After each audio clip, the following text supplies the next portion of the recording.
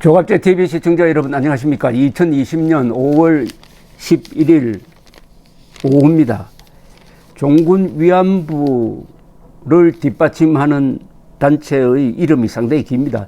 일본군 성노예제 문제 해결을 위한 정의기억연대, 줄여서 정의연입니다. 정의연이 지금 도마 위에 올랐습니다.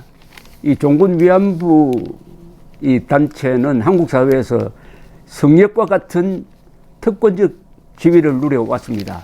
세월호, 광주 사태, 여기에 대해서 조금이라도 비판적 시각을 드러내면은 몰매를 맞고 고소 고발당하고 했는데, 이번에는 바로 종군 위안부 할머니 이용수 할머니가 나와가지고 이 단체 운영의 문제점을 폭로를 하니까 이제 언론이 마음대로 하기 좀 그렇지만은 비교적 성역을 깨면서 글을 쓰고 있습니다. 기사를 쓰고 있습니다. 역시 내부 폭로가 그렇게 중요합니다. 더구나 이용수 할머니는 이 종군 위안부들의 하나의 상징적 인물이었습니다. 요지는 이제 정오심을 선동하는 거 그만해라. 그리고 기부금 모아가지고 왜 할머니들에게 주로 써야 되는데 조금밖에 안 주느냐, 이렇게 제기를 하고 있는데, 이 이용수 할머니의 기자회견을 주선한 분이 가자 평화인권당 공동대표 최용상 씨입니다. 최용상 씨는 오늘 문화일보와의 인터뷰에서 평소에 아무나 할 수 없는 이야기를 했어요. 이 정의연에 대해서, 일본군 성노예제 문제 해결을 위한 정의기억연대 정의연에 대해서 위안부 피해자들을 대상으로 반일 감정을 건드리거나 그런 프레임을 이용하여 각종 기부금을 모금하며 생존해 왔다고 생각한다. 이거 참 어떻게 보면 결정적 비판입니다. 이런 비판이 지금까지 한국 언론에서 단 한 번도 나온 적이 없습니다. 한번 다시 읽어드리겠습니다. 위안부 피해자들을 대상으로 반일 감정을 건드리거나 그런 프레임을 이용하여 각종 기부금을 모금하며 생존해 왔다고 생각한다. 또 이렇게 이야기했습니다. 윤미향, 이분은 정의연에서 활동하다가 지금 더불어시민당 비례대표 당선인이 돼가지고 국회의원이 되게 생겼어요. 이제 정의연 전 대표입니다. 윤미향 정의연 전 대표와 정의연 측이 이용수 할머니에게 진솔하게 다가가지 못한 채 도리어 프레임은 씌우려 하고 있다. 앞으로 이용수 할머니를 제대로 볼 낯이 있을지, 할머니의 마음을 아프게 해놓고 만나서 어떻게 인사라도 나눌지 의문이 든다. 정의연의 반일 감정 프레임식 운동의 문제점이 계속되고 있기 때문에 오늘날 한일 관계가 전쟁이나 다름없는 대치 상태가 될 정도로 진행되어 온 것이다. 야, 이것도 한국 사람으로 이런 비판을 하는 게 처음입니다. 이게 즉 누구나 그렇게 생각했는데, 이 종군 위안부를 너무 성역시 해가지고 떠받들어 주는 바람에 종군 위안부 단체 때문에 한일 관계가 지금 전쟁이나 하는 것처럼 이렇게 어려워졌다. 이런 이야기 들어보신 적 있습니까, 여러분? 신문사설에 이런 이야기 들어본 적 있습니까? 이런 사설을 썼다가는 아마 신문사 문 닫지는 안 하겠지만 가만두지를 않았을 겁니다. 그런데 내부 폭로가 있으니까 이런 엄청난 이야기를 하고 언론이 이걸 또 써주고 있습니다. 역시 민주주의 국가가 좋아요. 민주주의 국가의 장점은 뭐냐? 폭로를 많이 하는 건데, 이 폭로를 하면은 그동안에 이 문제점이 골마 터지는 것처럼 이렇게 돼가지고 그 문제가 해결이 됩니다. 그러니까 언론 자유가 있으니까 민주주의는 실수를 견디는 제도라고 볼 수 있습니다. 이 최용상 대표는 또 이어서 이렇게 이야기했습니다. 우리 사회는 그동안 위안부 피해자들의 인권이라는 의제에 대하여 반일 정서와 같은 정치적 프레임으로 접근해온 게 사실이다. 정부나 정치권에서도 한일 관계와 관련해 까딱 잘못하면은 친일하려는 것 아니냐는 여론을 의식하여 소극적 태도를 보여왔던 것 같다. 왜 이걸 인권 문제를 반일 정치 문제로 비화시켰느냐, 이런 지적이죠. 최용상 가자 평화 인권당 공동대표는 또 이렇게 덧붙였어요. 정부가 주도적으로 위안부 문제를 해결하려 해도 한일 관계에 대한 인식을 바꾸지 않는다면 계속 걸림돌이 생겨날 것이다. 시민단체 등 제야 세력의 태도나 접근 방식에 변화가 없다면 앞으로도 위안부 문제는 사실상 방치 상태로 흘러가는 등 악순환이 계속될 것이다. 이렇게 걱정을 했습니다. 그러나 이번 사태를 보면서 이제 한국 사람들이 그동안에 종군 위안부들에게 신사진 마음으로 이렇게 무조건 비호를 하다가 보니까 그 안에서 이런 문제가 있구나 하는 것을 알게 됨으로써 이 정의연의 위상이 많이 떨어질 것으로 보입니다.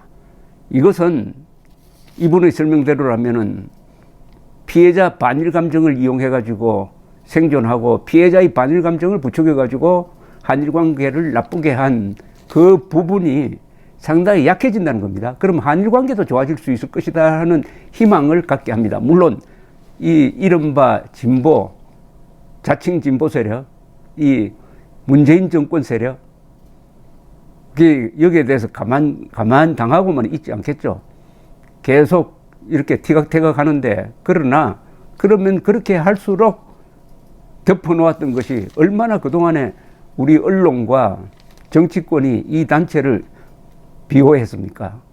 이영훈 교수라든지 몇 분의 학자가 자기 양심에 부끄럽지 않는 글을 쓰면은 이 종군 위안부 편에 서가지고 학자의 학문적 성과까지 막 비판하고 했던 거기에 비하면은 이번에는 이 우상을 깨는 종군 위안부라는 단체라는 종군 위안부를 뒤에서 뒷받침하는 줄 알았더니 종군 위안부를 이용해 가지고 생존해 왔다라는 이런 비판까지 포함해 가지고 아주 흥미로운 지금 토론이 앞으로 전개될 것이라고 봅니다.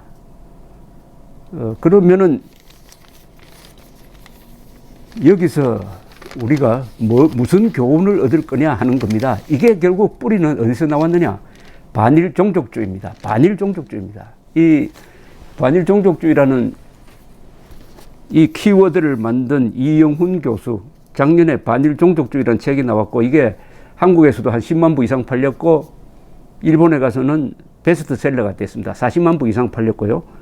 그리고 오늘 또 출판 기념 기자회견을 했는데, 반일 종족주의와의 투쟁이라는 책이 또 나왔어요.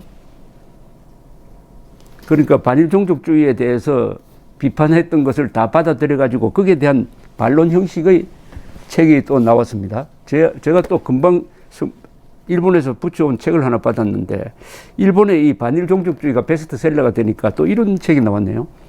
반일 종족주의와 일본인 구보다 누리꼬라는 산케이 신문 전 서울 특파원이 쓴 책입니다. 이것은 반일 종족주의라는 책을 해설한 책입니다. 여기 아주 흥미로운 관점이 있네요. 반일을 선동한 것은 일본인이었다. 이 뭐냐면은 일본의 좌파가 일본 군국주의에 대한 비판을 하는 과정에서 한국의 역대 정권 중에서 특히 박정희 정권, 전두환 정권을 막 비판하고 하는데, 이 일본에서 만들어진 교과서 문제라든지 위안부에 대한 좌파적 시각이 한국으로 들어와서 한국 좌파 단체, 우파 단체까지 포함해서 어떤 개념을 심어줘가지고 그게 다시 일본을 치는 이런 걸로 바뀌었다. 이거 찾아보면은 그 뿌리가 일본이다, 일본 좌파다 하는 그런 화두입니다. 그것도 아주 흥미롭게 볼 면이 있습니다. 이 반일 종족주의의 뿌리는 이게 북한의 대남 적화 전략과 또 이렇게 연결이 됩니다. 민족주의를 북한 노동당 정권이 한때 빼앗겼습니다. 왜냐하면 해방 직후에는 자유민주 진영이 스스로를 민족 진영이라고 했습니다. 그러면서 좌파를 공산당, 빨갱이 이렇게 규정을 했는데 이 민족이란 이름을 뺏긴 데 대해서 북한 농당 정권이 아주 통탄했습니다. 그러다가 70년대부터 스스로 민족주의를 자처하기 시작했습니다. 사기를 치기 시작했습니다. 즉 김일성을 민족 반역자죠. 김일성을 한민족의 챔피언으로 조작하기 시작했습니다. 그러면서 한국 사회를 미제국주의의 식민지다. 그래서 민족 해방이 필요하다. 동시에 민주혁명이 필요하다. 민족 해방, 민주주의 혁명 노선으로 대남 적화 전략을 추진하는 과정에서 가장 필요했던 것이 뭐냐? 반일 종족주의죠. 일본에 부역했던 사람, 일본에 협력했던 사람이 아니라 박정희처럼 일본 내 군인으로 들어가서 군인으로서의 기량을 배워가지고 대한민국을 지키는데, 대한민국을 발전시키는데 힘썼던 이런 사람들까지 몽땅 친일파로 몰아가지고 친일파는 민족 반역자다. 이런 프레임을 만드는데 효과적으로 써먹고 지금도 계속되고 지난 총선 때도 이해찬 씨가 통합당을 토착외구라고 몰아붙였습니다. 토착외구라고. 이런 반일 종족주의적인 생각을 깔고 하는 과정에서 바로 종군 위안부 문제가 나오고, 종군 위안부 문제가 지금까지 왜 이렇게 풀리지 않았냐 하면은 이런 생각도 한번 해볼 필요가 있습니다. 종군 위안부 문제가 해결되면은 할 일이 없어지는 사람들이 많지 않겠어요? 종군 위안부 문제가 계속 있어가지고 한일 간에 싸움을 하고, 한일 간에 싸움만 하면은 한국의 모든 언론은 다 무조건 종군 위안부 편을 드니까 이 활동을 하는 사람은 얼마나 편하겠습니까?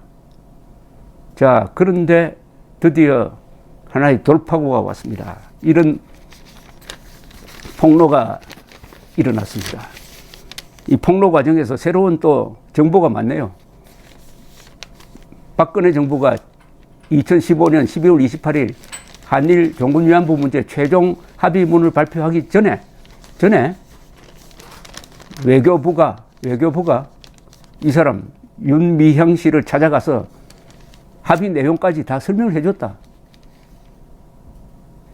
곧 발표될 걸 미리 설명해 주면은 이건 대단한 국가 기밀입니다. 그게 만약 누출되면은 이 합의 깨질 수도 있습니다. 그걸 불구하고 예우를 해주기 위해서 미리 설명을 해 주었다는 사실도 이번에 밝혀졌습니다.